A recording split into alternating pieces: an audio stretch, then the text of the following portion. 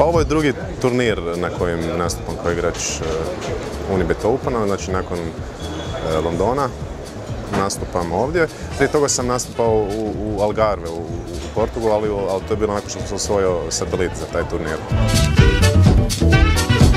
Pa mislim da poker scena u Hrvatskoj polako poprima ovne obrise poker scena u ostalim razvijenim zemljama. Znači, to polagano se počne približavati ostatku svijeta, zapadnom prvenstveno, koji je poker prihvatio kao jedan ozbiljan sport kojem sudjeluju cijele obitelji. Znači, to više zaista nije ograničeno samo na neke ljude koji žele se zabaviti, koji žele brzu zaradu, nego ljudi koji žele ozbiljno se posvetiti nečemu kao poker. Jer poker se može igrati na različitim razinama, znači može biti čisto hobi, može se igrati profesionalno. Tako da i polagano u Hrvatskoj mogu reći da već se stvara jedna poker scena gdje ljudi mladi i stariji, poker je dobra zabava, može biti i za mlade ljude i za starije, isto tako i postoji za mlade i za starije. Tako da stvori se jedna poker scena koja nema dobnih ni ograničenja vezanih za spol, koja zaista ima perspektive da uskoro postane jednako kvalitetna kao i ostalim državama Europe.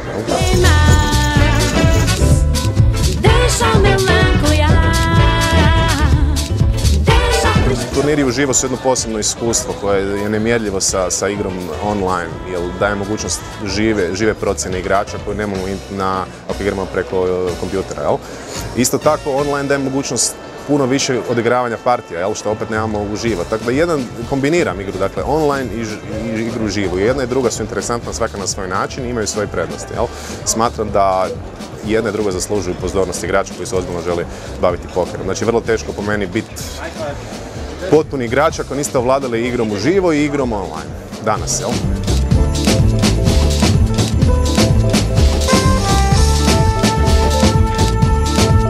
Ja mislim da sam ja igrač koji se prilagođava situaciji, da ne mogu se okarakterizirati kao igrač niti lose agresiv, niti tight agresiv, nego nešto između. Znači, ovisno o situaciji nastojim primijeniti onu taktiku koja je najpovoljnija u datom trenutku. Znači, pokušavam procijeniti svoje protivnike i nakon što donesem sud o njihovim kvalitetama, prvenstveno njihovim nedostacima, svoju igru prilagoditi datom igraču. Mislim da je to dobar ključ za uspjeh u pokeru.